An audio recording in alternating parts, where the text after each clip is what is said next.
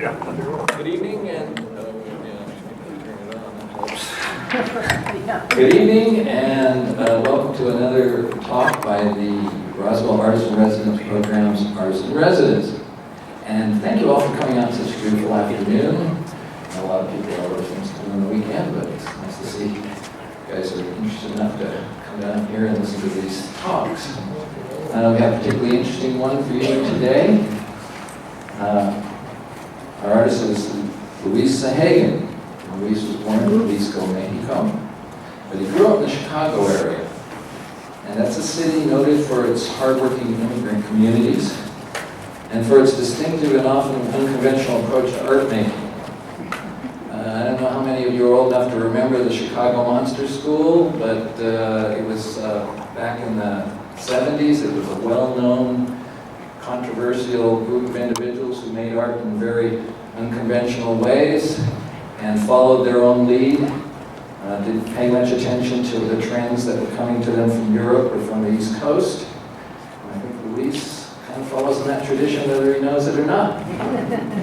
After earning his BFA at Southern Illinois University, Luis went on to graduate from Northern Illinois University, where he worked with our former artist in residence, Katie Kahn.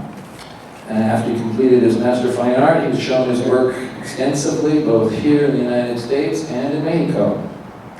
It's part of the residency's mission to encourage artists to explore new ideas during their year-long stay with us.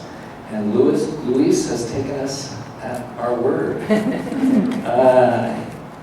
So let's welcome Luis and discover where he's coming from and where he may be headed.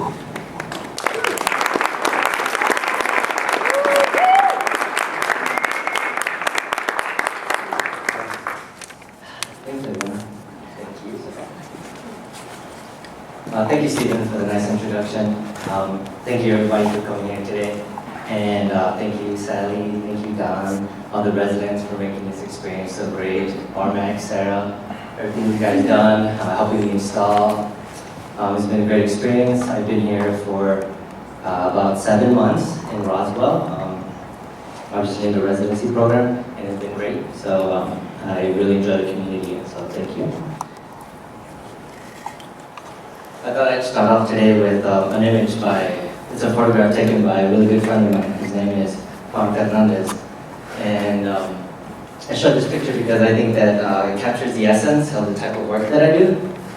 And I'll get into a little bit more detail on the next slide, but I was born in Guadalajara, Jalisco, and I was raised in Chicago Heights, which is a city 30 minutes south of Chicago, and working class. And my whole life I've had many various jobs, and those experiences and those jobs that I've had I bring into my art practice now. So working as a construction worker, doing drywall, pouring concrete, all those type of laborious things I bring into. I use the content of the materials and tools that I've used to create the artwork that you guys eventually will see today.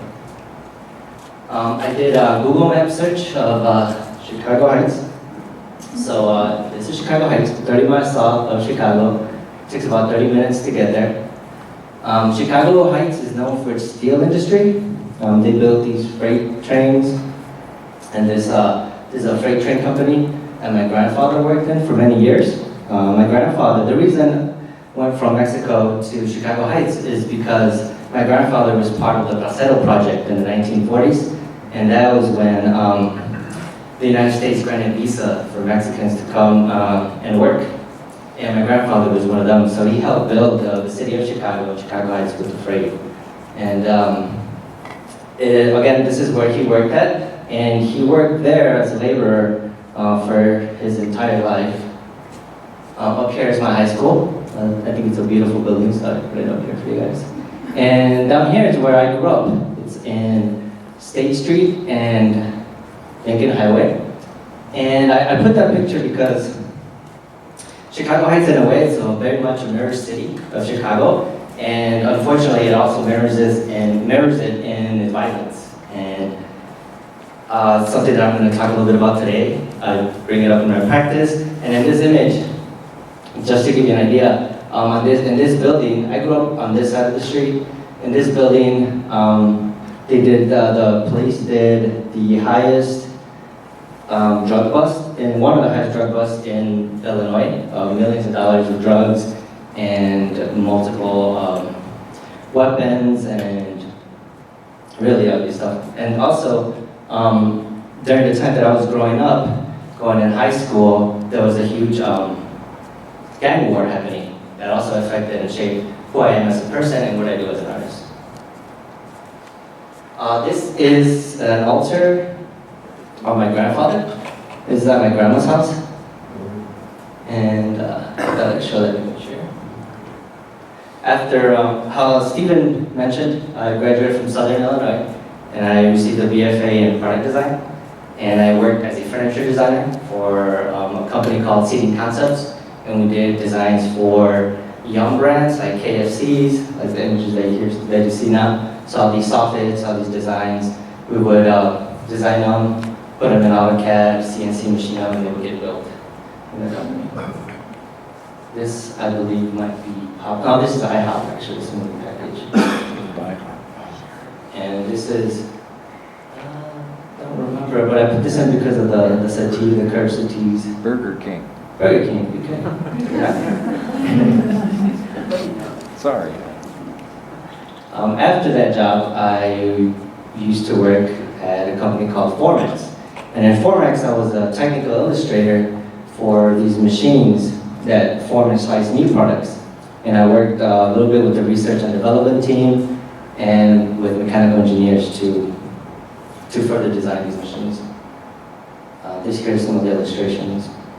The reason I put this little bit of a background is because that also has shaped the type of work that I do. And so I went from doing furniture design and machine design where things have to be very perfect, things have to fit, things are very expensive. And that way of working, really I found out that it really wasn't for me. And after this I made a transition to become an artist. And that's, I think you guys will see a very big difference from this sort of like machine fabricated type of products to the artworks and objects that I make. After that career, I decided to become an artist, so I went to school and I was in an MA program at Governor State for a year, and I started drawing figuratively. Here's some of those images.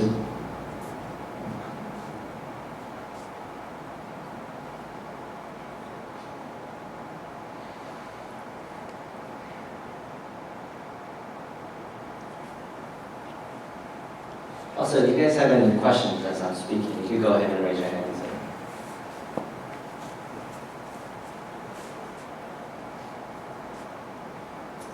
Here's a piece. After Governor State, I was there for a little under a year, and that's when I went to Northern Illinois University. And this is one of the first pieces I did in graduate studies. Sarah, you could be so kind to play the video. I'm going to show a short video that goes along with this piece.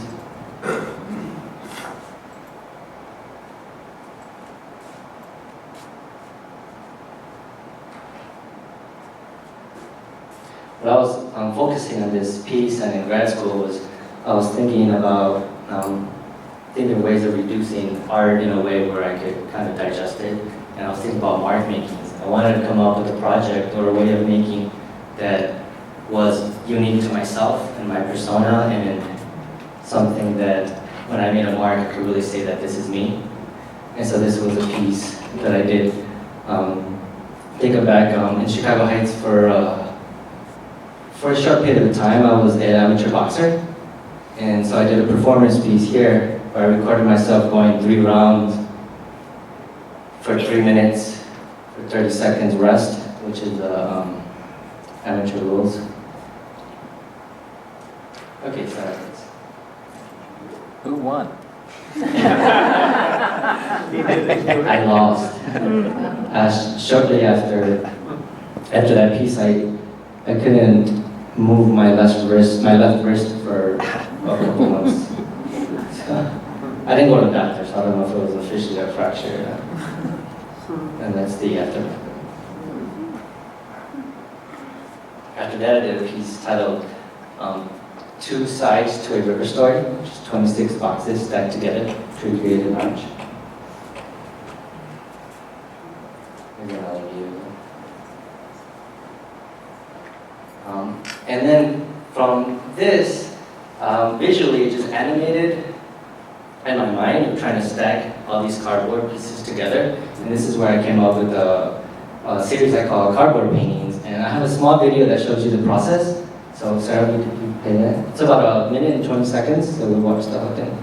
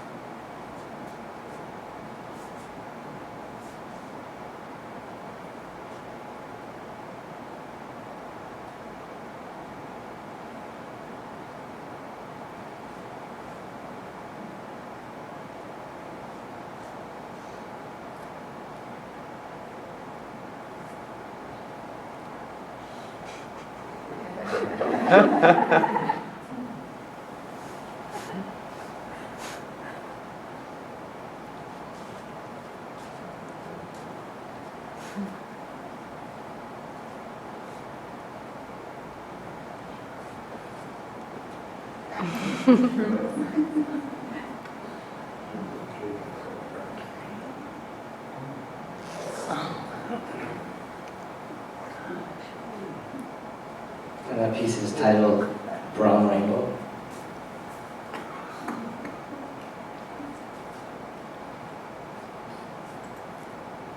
Thanks.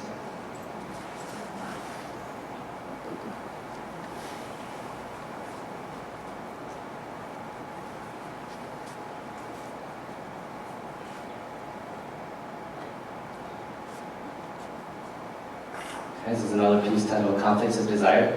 This time I started using drywall, screws, this has nail polish, different types of red, oil, acrylic. This piece is 9 feet by 5 feet. It's titled Brown Chicago.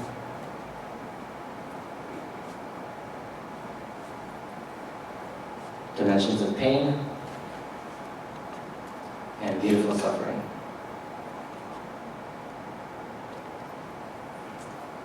One of the summers when I was in grad school, I had the opportunity to do a residency in Oaxaca, Mexico. And during that residency, I made friends with a folk artist, whose name is also Luis Raul. And we decided to do a collaboration together. So he does these folk sculptures. And that's the one that I'm holding. On the left is a dragon that we did together. And on the right is a painting piece that we did together. So here's a picture of him using a machete to cut off the wood. And that's him using the saw. And I have one last video. It's like 40 seconds, really quick.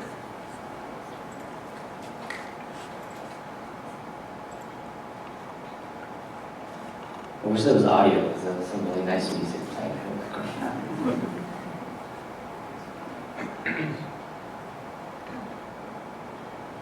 So this is how Luis makes his living. If anyone has ever gone to Oaxaca, they do these alebrijes that is native to Oaxaca. And the way those started was that this man received a dream while he was sleeping that he claims is from God, and that God showed him how to make these figurines so that he could support his family. And from those figurines, he started making dragons, any horses, just anything that came to mind. And the whole town has prospered from this way of making. So it's very popular image sculptures in Oaxaca.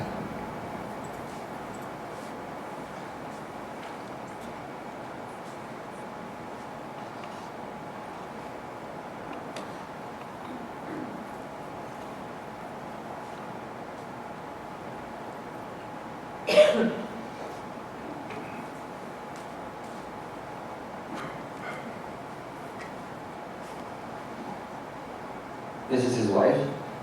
The way it usually works is the husband creates the wood carvings, and then the wife, well actually if there's any children around, the children sand down the sculpture, and then the wife paints on the sculpture.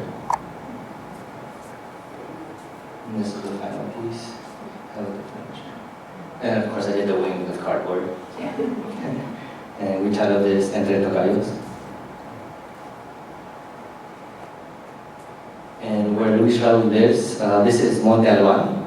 It's an archaeological site in Oaxaca, and this is literally in his backyard. And he goes, his family likes to go back there on Sundays and picnic, which is really amazing. His backyard? I'm sorry? His backyard? Yeah, I mean, it's like a 20-minute walk. And you can see it from his house.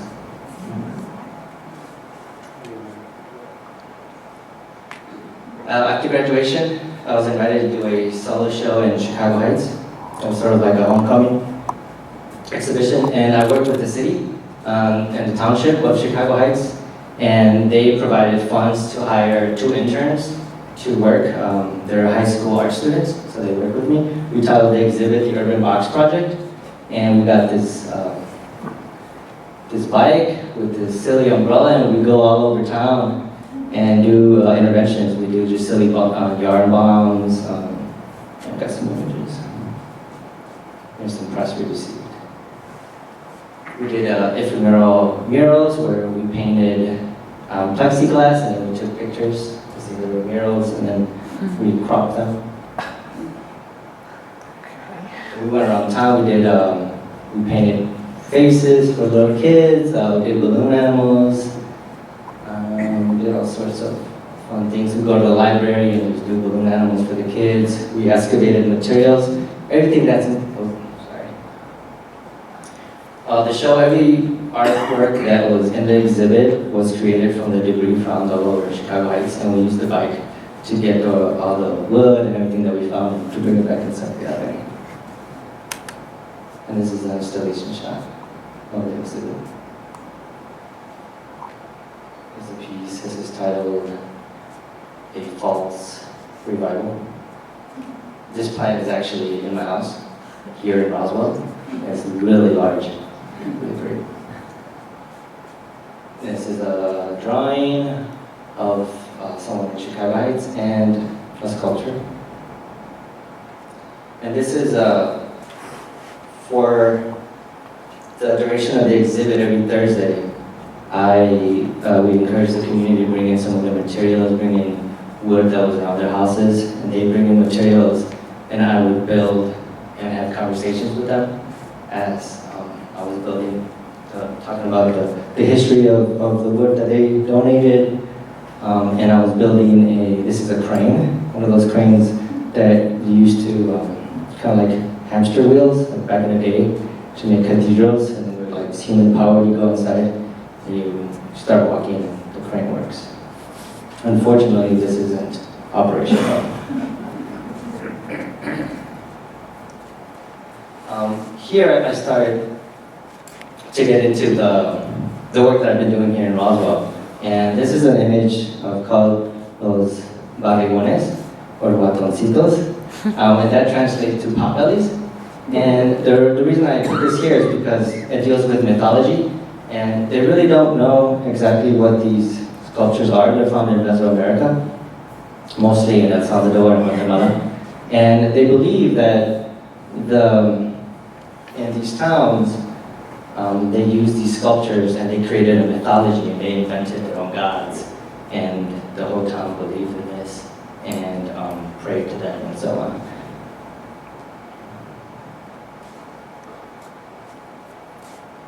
Which brings me back to the exhibition here, which is titled Colorin Colorado, which means when I was a kid and my family or my mom would read me a story, at the end you'd say, Colorin Colorado, este cuento se ha acabado, which means this tale has ended. So since I'm dealing with a narrative and storytelling in the body of work that you guys will find here, I found it appropriate to title it Colorin Colorado.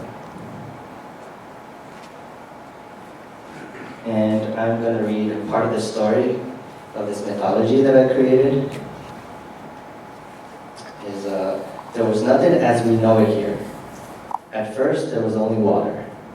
Then a splash happened, revealing 3 fish and a panther man. The fish taught Panther Man to swim. Panther Man was strong and became great friends with the fish. Panther Man eventually grew tired of swimming in the water. Magically, a sparrow appeared that would eventually help Panther Man create land. And my motivation to work with the panther and with fish was I wanted, one of my goals here in Roswell was to use art as a vehicle to connect with nature, with my family, and God, and people that have died in my life. So I started connecting with nature in a very simple way, going outside, staring at the moon, taking your shoes off and just feeling the grass, the dirt, and waking up in time to see the sunrise, staying up for the sunset, things like that, very romantic notions. And the panther comes from, whenever I would see the moon, I would think of a panther eye that would be looking down on me like a guardian. And so from that I'm creating this piece, which is the mask of the panther that's on exhibit here. Here's some installation shots. Studio shots, rather, of me creating the work.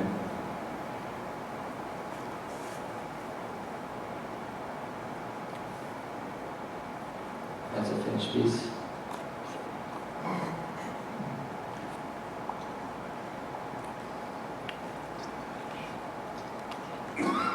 This, in regards to the three fish, I kind of lost my way, so I wanted to see what slides were next. This piece is titled Touched by Fire, which is the moon in the night. And the panther, the idea of the panther is that the moon, in my world, when someone passes away, their soul goes through our moon and goes into this alternative reality, which is where my mythology takes place. And the first human being to get there is this guy here, which is my uncle. And I was named after my uncle, Alvaro, it's my middle name. And my uncle was also a laborer, and at the age of 17, he was murdered in Mexico. And so that idea came with me going, I visit my grandma a lot, and she likes to tell a lot of stories, and she remembers very vividly how all this happened. And so I wanted to, he's such a big part of my life because I was named after him that everyone that knows me is constantly talking about him. So I wanted him to be part of the mythology. And this is an altar for my dad. And this is a painting I did here that's titled The Angels Came to Hear Him Sing.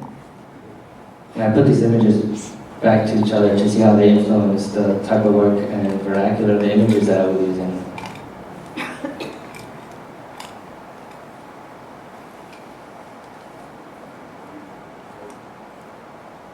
And that leads me to towards the ending of this talk, and I'm going to talk about the fish in the story. And the three fish in the story play a big role as well. And they're three of my really close friends that two were murdered to violence in the city of Chicago Heights, and another one's in prison. And I named one of the fish my friend Daniel Moreno. I named him Baby because of his name. Saint Daniel in the Old Testament. He lived in Babylon, and he served the king in interpreting dreams. So in my mythology, this fish is able to interpret the dreams and visions that come from this world. It kind of serves as a gatekeeper in a way. Miguel Robles is Don, because he reminds me of the romance and the idea of the quixotic. And he's also the smallest of the three fish. Victor, from the author Victor Hugo. His name is Hunch. This sounds kind of silly. He's kind, but he was forced to do negative things. Victor was always like, growing up, we grew up together, and he was always sort of like a bodyguard figure, dealing with bullies and things like that. He was always this very tough guy, and he's the one that's actually in prison. And unfortunately, because of the circumstances in Chicago Heights, and his character, he's a really nice guy, but Sometimes things just happen and things go the wrong way. This is an example of one of the sculptures that you'll see at the exhibit today. This is called Fallen Sparrow. And this piece actually literally fell when I was installing the show, and it shattered. So, kind of poetic. And that is it. Colorin Colorado. Does anyone have any questions?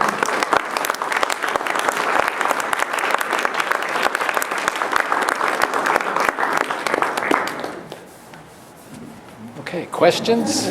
Questions? Yeah. I really enjoyed your piece. I think it's called Brown Chicago. Could we see that again? It was quite complex. Oh, I should have gone the other way, right? Thank you, Sarah. You can find it right on here. Yeah, it's a little up higher. It's that one, 30, 25.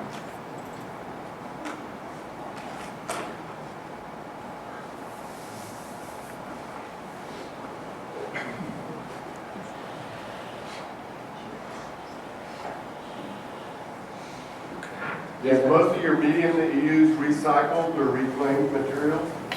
Yeah, most of these pieces, I would grab the cardboard from a particular community, and I would glue them together. So yeah, most of the things are recycled, or the bodywork that's here in Roswell is material that you would find in construction sites, or you get in Home Depot. Prior to that, it was things that I collected from the street.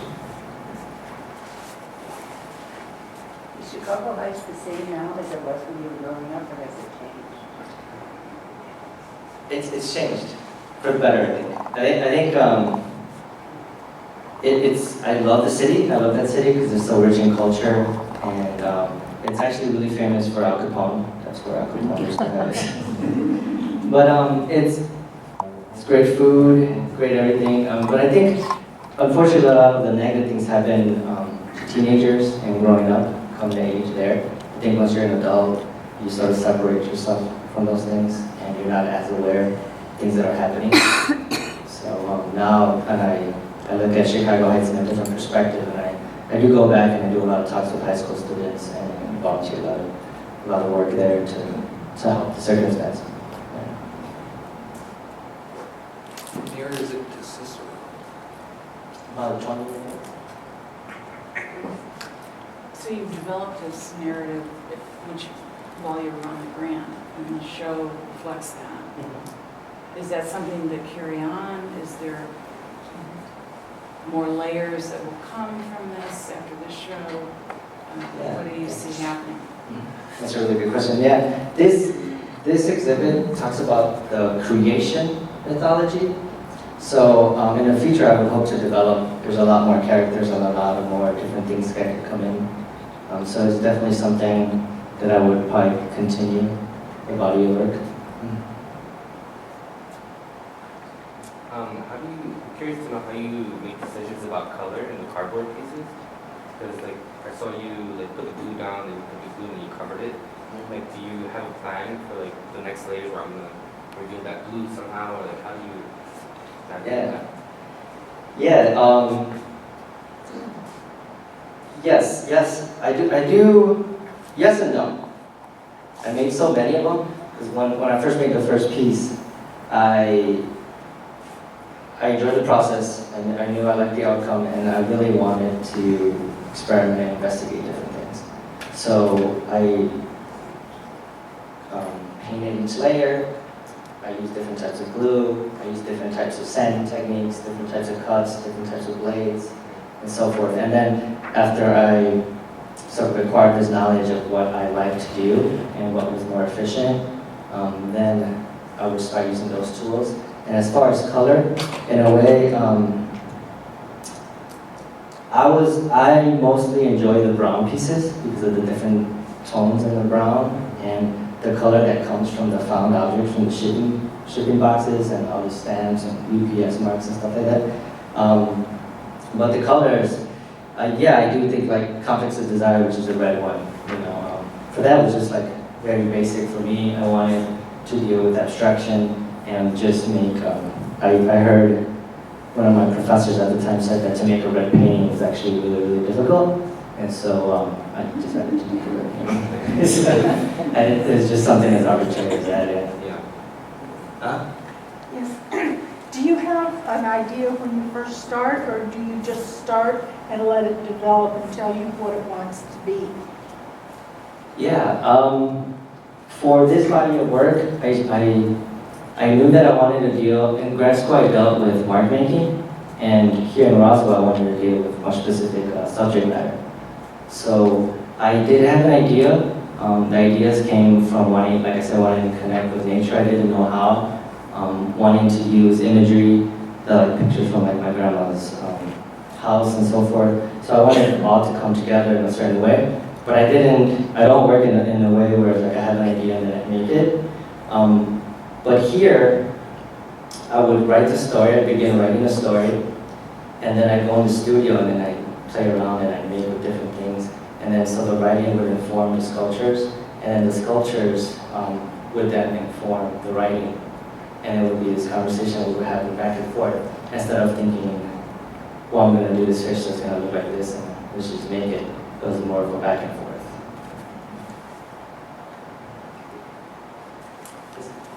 Was there something that triggered you to move from creating figurative work to creating more abstract work? Was there something specific that triggered that in you? Yeah, I started making very figurative work, and then I went into abstraction, and then I came back to figure and representation. I think just as an artist, trying different things, I love abstraction, and I always see, I feel that sometimes representation is kind of hard to get away with, and it's a different type of difficulty that happens. And I wanted to push myself to see if I could get away with, like if I'm going to make a narrative sculpture, is it more of a craft? How do I deal with abstraction, but at the same time make it representative of something or suggestive in a way where it doesn't tell you the whole thing completely, and there's still moments of abstraction, and I like to do that with my materials. So like with the quickly, you could zoom in. Like in a way, abstraction is like if you take a Rembrandt and you zoom it out, it's kind of like a Pollock in a way. So I like to play with those things in my sculptures where if you zoom in really close to the quickly, there's so much textures and different things going on, it almost becomes an abstraction. And you zoom out and you can see a figure. Yes. How important was your design background? Like, how often does it come to your mind when you're making a piece? And what is the relationship between these art pieces and your other design things? I see my work as a celebration of the artist's hand, and it's completely different than design. And so I think that in that way. But also as a designer, when I make a big sculpture like this, it helps me to know how to build it in a way where it's transportable and very practical. It comes apart in 8 different ways. It fits through every single door. Things like that you have to deal with in design that deals with this. CNC techniques, I don't have a CNC, but I could just use the hand tools. So yeah, like being able to think 2D and build 3D, definitely from design, has paid off, for sure. I have a question. Oh, sorry. Oh, go ahead, please. I'm just curious to know how important it is for you, for the viewer, to understand all these narratives independent of you explaining anything. How do you care about the audience getting every little detail of your story, or do you kind of leave room for flexibility as far as the viewer? Yeah, I think I want to do both. I want there to be an element where the viewer can look at the piece and connect the dots on their own, through their own narrative and their own experiences. But there's an undeniable mythology that I created, so I really can't, I try to do it in the way that I make, like dealing with abstraction and color and size and scale, so that that could trigger other things.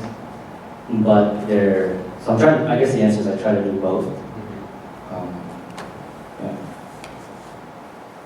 Jeremy had a question. Not to box you in at all, but could you talk just a little bit about your artistic influences that you find important? Yeah. Influences. Well, a major influence here, that's an obvious one, is Luis Jimenez. You know, talking about working class and blue collar and large scale sculpture, of course, and having access to such amazing pieces here. It's incredible. I actually liked his work a lot before I got here, so it's wonderful that I've never seen a Luis Jimenez up close. So that was wonderful. So I think of that. One of the things that I also try to do in Roswell, so I'm coming from grad school. In grad school, you spend a lot of time looking at different artists and having to validate every single decision you make. And when I came to Roswell, I wanted to kind of set that aside and really just also focus on, like I said, I've been looking at like nature and certain things, so that the things that come out, everything that we see in a way, we become the filter. So I can't say that I've been influenced by probably the people, the artists here in the compound, by what I've been seeing in the museums, by the pictures on my phone, and so on. But I haven't really studied artists. I haven't really gone to websites. I haven't investigated. I haven't done that much. But there's traces in my head from art school, of course. And Sure. so I have artists like Rodin and household names, things like that, and Mark Bradford. Just art things like that are kind of in the back of my head. But so there maybe somehow. Yeah. In I guess where I was going in my mind with that is your assemblage, some of your perhaps smaller assemblage pieces, especially with the wood and different pigments and things perhaps pasted. It kind of jumped out a little bit. Kurt Schwitter's and the German artist who would kind of walk the streets collecting the detritus off the road and taking it home and putting it back into something of semblance and beauty. Your stuff was neat and reminded me of that. Yeah, thanks. That's a great observation. And you just reminded me, of course, for a long time I lived at Washington, right, and Art Deco and those kinds of things that led to this, that's been happening for a really long time. I guess in a way it is continuing. Anyone else? Well, thank you for the questions, everybody.